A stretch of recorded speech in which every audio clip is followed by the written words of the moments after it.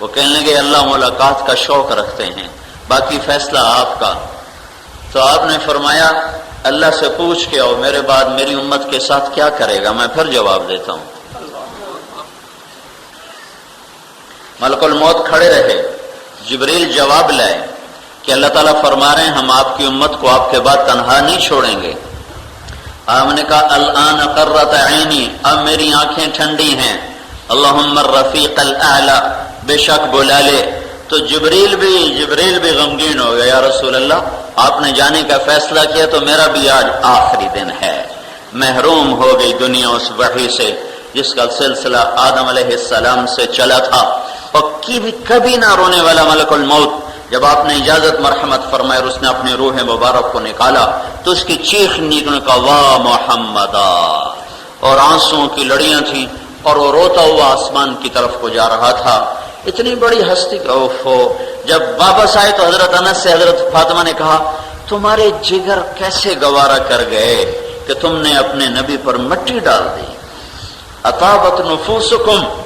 ان حفیتم علی رسول اللہ التراب، تمہیں اتنے حوصلے آئے کہاں سے کہ تم اللہ کے نبی پر مٹی ڈال رہے کہ آگے ہو؟ حضرت علی پانی ڈال رہے تھے، غسل دے رہے تھے، اور ساتھ کہہ رہے تھے یا رسول اللہ آپ کی موت نے وہ صدمہ دیا ہے کسی نبی کی موت نے ایسا صدمہ نہیں دیا، آپ ایسا غم انسانیت کو دے کر جا رہے ہیں کہ کوئی ایسا غم دے کر نہ جائے گا، اگر آپ نے ہمیں نہ روکا ہوتا تو آج ہم رو کے دکھاتے اور آج ہم اپنے غم کا اظہار کر کے دکھاتے، لیکن آپ نے ہمیں صبر کا حکم دیا۔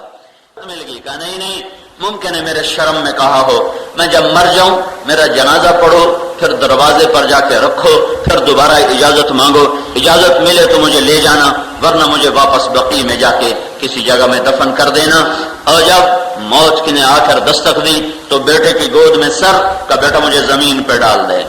تو انہوں نے زمین پہ ڈالنے وجہ پنڈلی پہ رکھ لیا، کہا وے حق سنتا نہیں پاگل میں کیا کہہ رہا ہوں، زمین پہ رکھ، زمین پہ انہوں نے زمین پہ رکھا۔ 22 لاکھ مربع میل کو اسلام سے روشن کرنے والی ہستی، اور جس کے اسلام لانے پر کیا ہوا تھا، جب دار ارقم میں تکبیر گونجی تو جبریل اترے، یا رسول اللہ آپ کو خوشی ہو رہی عمر کے اسلام پر؟ کہا آسمان کے فرشتے بھی خوش ہو رہے ہیں،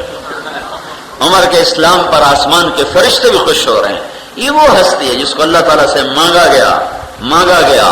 22 لاکھ مربع میل میں اسلام پھیلانے والی ہستی۔ تو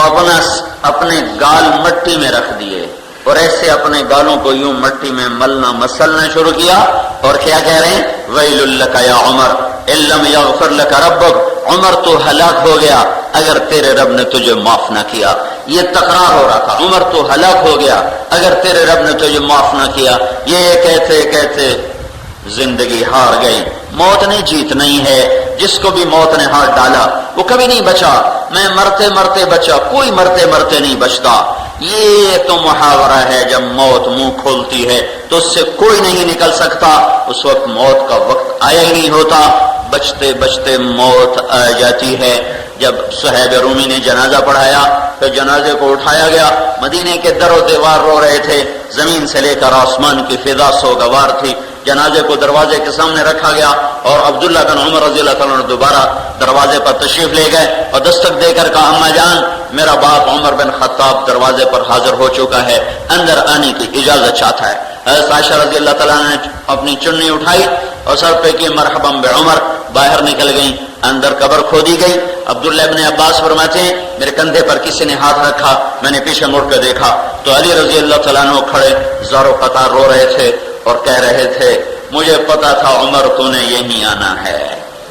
تیرے سوا یہاں کوئی نہیں آ سکتا، کہ میں نے اتنی دفعہ اللہ کے نبی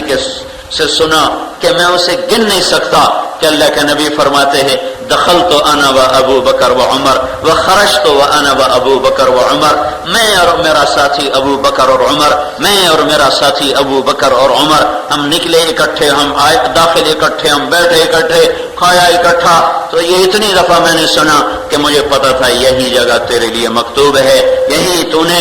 آنا ہے۔ میرے بھائیوں کسی بادشاہ کا مر جانا کوئی بڑی بات نہیں ہے، ایک جاہل گیا دوسرا آ گیا، کسی وزیر انجینئر ڈاکٹر کا مر جانا کوئی بات نہیں، ایک مرتا ہے پیچھے 100 لائن میں، ایک مرتبہ پیچھے 1000 لائن میں، ایک مرتبہ پیچھے 10,000 لائن میں، جب کوئی